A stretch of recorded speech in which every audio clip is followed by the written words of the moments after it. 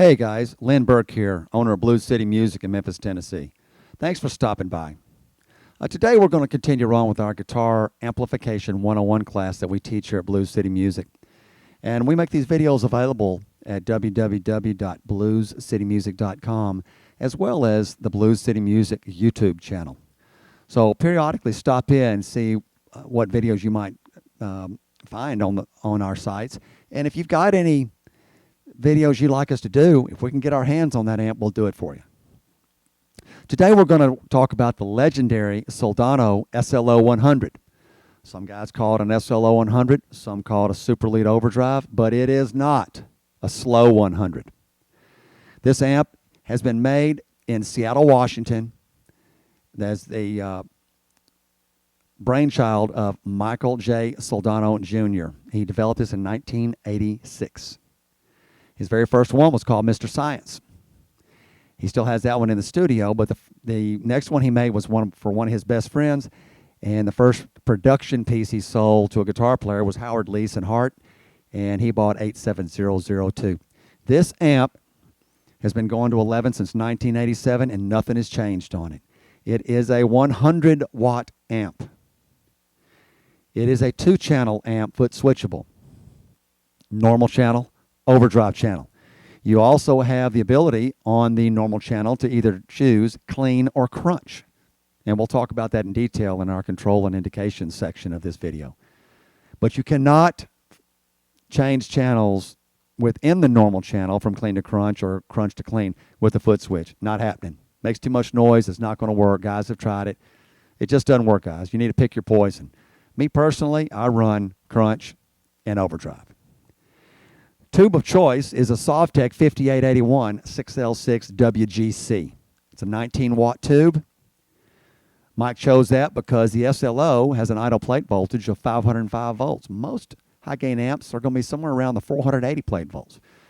So some of your tubes out there, your output tubes, are not going to be able to handle anything over 480. Those are guaranteed to 350 plate volts, the Sovteks, up to 100% overload is 700. So that's why they're so stable. Guys that are major label players, Mick Mars, Warren Haynes, Warren DeMartini, they're all running Sovteks. They're not making any changes. So this particular amp has got a shared EQ, if you will, between the normal and the overdrive, as well as a presence control. That's the standard configuration. And you're going to have a pre-gain for the normal, pre-gain for the overdrive, and masters for both. So what we're going to do is break this amp down with some controls and indications, talk about it in detail, and give you a little more insight into the Soldano SLO-100. Okay, guys, we're going to take a look at the controls and indications of the Soldano SLO-100. As I said earlier, it is a 2-channel amp, normal and overdrive. Here are your masters, normal and overdrive. It has a shared EQ, bass, mid, treble, and then you also have a presence control. And that's going to be post EQ. So let's break this amp down and show what we have here. This is my biggest seller. It's a 5-option SLO. I don't charge anything extra for the options. You can give Blue City a call and we'll tell you how that works. I only charge what Mike charges me. So let's start over here on the left side. Here's your guitar input, standard 1/4 inch mono. Then on the top left switch, you've got bright normal. Now that only works on the normal channel. So depending on how you want to run your amp, if you're running on a hard concrete floor where your cabinet is, and you want to add a little bottom end to it, go to normal. If you're playing a Strat or a single coil amp or a single coil guitar and you want to add a little more bottom end, go to normal. And you can do the reverse as well. If you've got a humbucker or a dark sounding guitar or cabinet and you want to brighten it up a little bit, then move the switch to bright. That only works on the normal channel. On the bottom left, we have crunch and clean. Just a small switch here. The difference between the two is the clean side of the normal channel, the preamp has got a pad. So what that allows, Mike designed, Andy Brower from LA Studio Rentals had a great idea about this, and Mike said, yeah, we'll put that in there. That's a great idea. What this allows you to do, if you're on the clean side of the normal channel, you're going to see that your master volume is going to be way higher than what you're probably going to have on your overdrive. That's going to be normal. Don't let that alarm you. You'll do this one time. So listen to what I'm saying here. If you have these settings in clean to match your output in the overdrive, and it's way up, and you turn this switch in from the down position to crunch, you've eliminated that pad on the preamp, and you're going to get full volume on the crunch channel, and it's going to be really loud. So always think, when you move this switch from clean to crunch, crunch to clean, go ahead and turn the normal master down. Put it down on 0, okay? Over on the top right, we've got the Warren Haynes bright cut switch. Warren came up with that. Sometimes he uses that switch. I know his tech, Brian Farmer, real well, and Brian says a lot of times they use the front of house guy to cut the mid, or to cut the high. And this only works on the overdrive channel at pre-gain settings of 4 or less on the overdrive channel. It's going to be more obvious at lower gain settings. And that's just going to roll off the high end. On the bottom right is the scoop option. Now that's been incorrectly labeled the SRV option, the Warren DeMartini option. Originally when Mike came out with this scoop, it's basically going to let you scoop the mids up to 420 hertz, thereabouts. So if you want that Hendrix, Stevie Ray, Kenny Wayne, John Mayer type tone, especially with a single coil Stratotelli, it's going to scoop the mids for you. Now when you use this to engage it, you put the switch in the down position. Make sure you come over here and put the amp in standby to do that. Otherwise you're going to hear a popping noise. It doesn't mean anything. It's not going to hurt anything. That's just the way the amp is. So when you move this switch over here, the scoop, go ahead and turn your amp back down to 0 on the normal channel. Now, Stevie Ray actually had his amp a little bit different. And when Mike put in this scoop right here, again, like I said, it's only up to 420 hertz for the normal channel. Mike went up to about 700 hertz and allowed it for the overdrive channel. He wasn't real fond of it. Stevie loved it. And after we lost Stevie Ray, Jimmy sent the amp back to Mike. Mike put it in the museum, and since then Mike has said, that's it. We're going to go 420 hertz, and that's it. That was Stevie Ray's option. We're not going to make that available. So those are the options you might see there. If you come down here further, you'll see a depth option. Now that's also post EQ, just like the presence control is. So when you get your amp set up, the first thing you need to do is come in here and put the bass, the mid, and the treble in the 12 o'clock position. Just put it up here on 5. Get the amp figured out the way you want it. Then start adding post EQ, i.e. presence control or depth control. Now the presence control on an SLO, the best place to put that's going to be over here between 5 and 7, and the sweet spot really is at 7. On the depth control, remember these are going to be frequencies below the bass frequencies. Anything past 6 or 7 is going to be a little much. So remember, it's frequencies below the bass frequency. If you look really close over here, you can see right in between preamp tube V3 and V4, and there are 5 12AX7s on an SLO. It's a cascading gain stage. Mike's controlled clipping circuit. This is going to be an effects loop bypass. It's going to be labeled in and out. You'll see it right on the top, and it's the same type silver switch as you have right here on the front. If you want it in the loop, put it in. If you want it out of the loop, put it out. When we record here in American Recording Studio, we record dry. Then we come back and record effects later if that's what they decide to do. So this is going to be the front of the amp, guys. Pretty simple layout.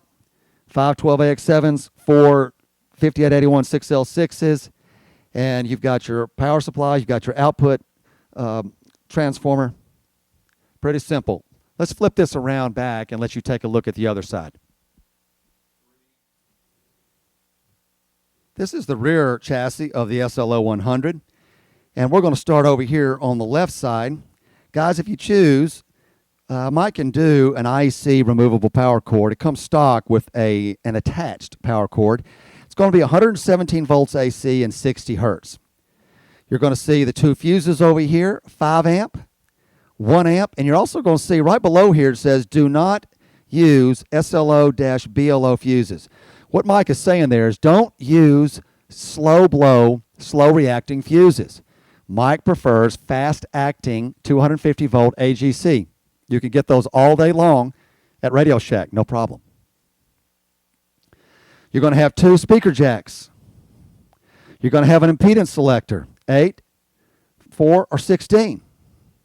You're also going to have a slave out. Now, what is a slave out? That's a question I get all the time. Well, let's look at it this way. A slave out, and it's adjustable. You see this knob right here? That's going to give you from about 0 to plus 20 dB. So a slave out, look at it as a low-level speaker out. That's what you need to think about it is. Now, you can use this all day long, but what you always have to remember is you've got to have a cabinet hooked up as well. Doesn't matter what the cabinet is. You may not even want to mic the cabinet, but you've got to have a cabinet hooked up to put a load on the amplifier. And then from the slave out, you can go from here straight to an input on a PA, a line level input. Now, it's going to be hot, and you're going to overpower any mixer mic input, so you're going to have to watch that, and that's the glory of this down here, 0 to 20 dB. Now, how's the tone going to be? It may be different than the speaker cabinet that you have. So you'll have to play with that a little bit and see how it matches with your cabinet. Over here is the foot switch. That's going to give you the ability to either go clean to overdrive or back, or crunch to overdrive and back. And then here's our effects loop. This is a real effects loop, guys. It is a plus 4 dB to 0 dB effects loop. A lot of guys whine about, well, it doesn't run my Maxon, my Boss, my Ibanez, those pedals. You know, I've got those too, and I understand your frustration, but let's think about this. An effects loop in the beginning was never designed for stomp boxes. It was designed to power non-powered rack units like the Space Box, like Mike's Surf Box, various Eventide processors, things like that. Now, you can run this all day long with line level effects. The Eventide, or excuse me, TC Electronics Flashback is what I run. It works great in the loop. So just remember, it is a real studio grade 0 to plus 4 dB loop, okay? And quite frankly, up until recently, for 10 years, I was running all my effects in the face of the amp anyhow. Just remember, if it's a delay, you're going to run into it prior to the distortion or the gain section of the amp, where the effects loop is after the gain. Finally, over here, another option that's popular with some guys is the half power switch. Now, what's that going to do for you? Well, basically, between 50 and 100 watts, you're only going to see 3 decibel difference. That's all, 3 decibel. But what you're going to see is in the 50 watts, it's going to have just a touch more sag. It's going to have a little bit of a vintage feel to it. So if you're running 3 on the master and 100 watts, you might get to 4 on the master in 50, and you're going to be able to push the amp harder. The glory of any master volume amp is to get the master up as high as you can stand it, then bring in the gain structure that you like. Otherwise, if you do it backwards with a minimal master setting and a high pre-gain setting, you're just getting preamp sizzle. You're not really getting the full articulation and the velocity of what this amp can develop. So this is going to be the back of our amp.